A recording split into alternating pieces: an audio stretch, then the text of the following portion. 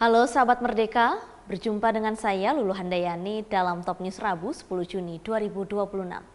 Berita pertama, Ketua Dewan Ekonomi Nasional Luhut Binsar Panjaitan merespon soal makan bergizi gratis.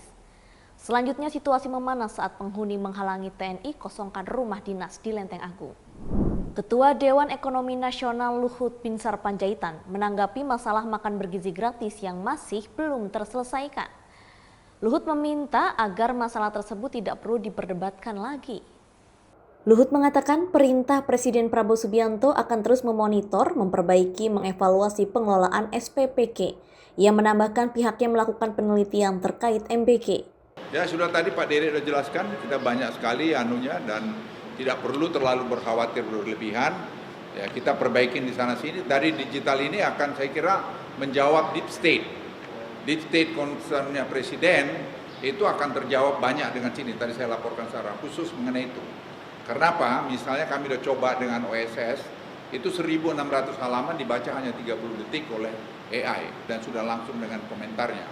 Dan ini saya pikir akan kita kembangkan terus dan sekarang tim masih melakukan penelitian dan exercise mengenai ini dan Presiden nanti ninjau pada tanggal 6, 7, 8, 9 bulan Juli itu akan ketahuan semua.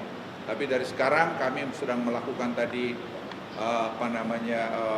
piloting di 42 kabupaten kota. Kalau Anda mau cek ke sana silakan. Anda nanti bisa kita berikan contoh face recognition. Anda berhak atau tidak berhak untuk mendapat misalnya bansos. Kalau soal penataan MBG, Pak Luhut seperti apa sih tadi yang dimaksud dengan? Saya kira pengelolaan MBG kita jangan bertengkar lagi mengenai itu barang baik. Tinggal pengelolaannya saja yang tentu kita perbaiki. Jadi tadi Presiden sudah memberikan arahan, bukan hanya arahan dan kami juga merespon dengan melakukan penelitian. Survei yang dilakukan tadi dengan sangat kredibel, 3% margin of error-nya dan saya pikir tinggal tadi kita tata dengan baik. Langkah seperti apa yang disarankan Presiden untuk bisa mengefisienkan anggaran dan sudah efisien, sekarang anggaran cukup efisien. Kalau targeted semua saya kira akan lebih efisien lagi ke depan. Dan tadi kami juga minta Presiden Dewan Ekonomi melakukan monitoring dan evaluasi setiap ini dan melaporkan pada Presiden. Setiap apa yang monitoring dan evaluasi? Ya ini kita lakukan berkala seperti tadi kita survei yang kita lakukan itu. Ya.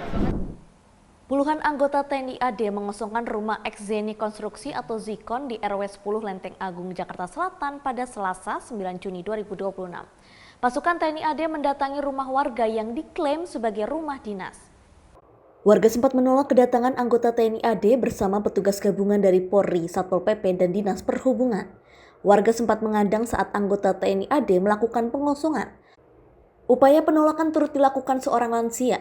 Menurutnya, cara yang dilakukan tidak menghargai jerih payah sang suami yang merupakan pensiunan prajurit TNI. TNI AD secara humanis sudah berusaha memberikan penjelasan terhadap ibu lansia yang terus menjerit dan meminta anggota TNI AD pergi. Kita sekarang melaksanakan kegiatan penertiban di mana penertiban ini kita laksanakan karena yang awalnya satuan Kompi Jiantek ini karena kebutuhan dari organisasi ditingkatkan menjadi Densi Ciandak, di mana yang pertama adalah jumlahnya secara TOP itu 75 orang dan ditingkatkan menjadi detasemen sehingga berjumlah TOP-nya sekitar 170 personel.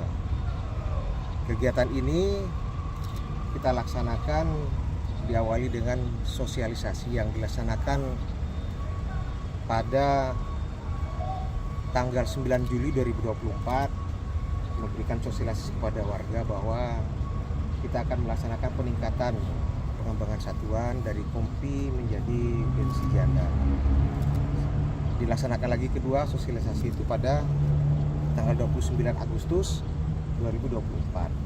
Nah, sosialisasi ini memberikan gambaran kepada masyarakat, kepada warga yang menempati asrama akan dilaksanakan pengembangan satuan.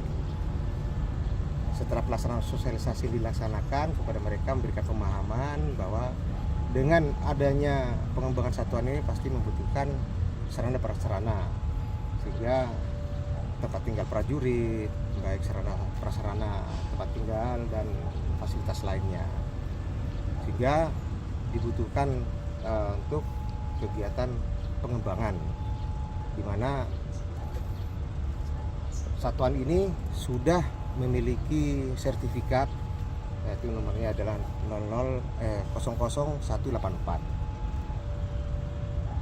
sehingga diberikan setelah pelaksanaan sosialisasi kita memberikan surat peringatan pertama, yaitu pada tanggal 16 Oktober 2024, dan memberikan surat peringatan kedua yaitu pada tanggal 17 Desember 2024, dan terakhir diberikan surat peringatan yang ketiga yaitu pada tanggal 31 Juli 2005, sehingga rentan waktu yang diberikan kepada warga untuk mengingatkan dia agar mengosongkan tempat itu cukup lama.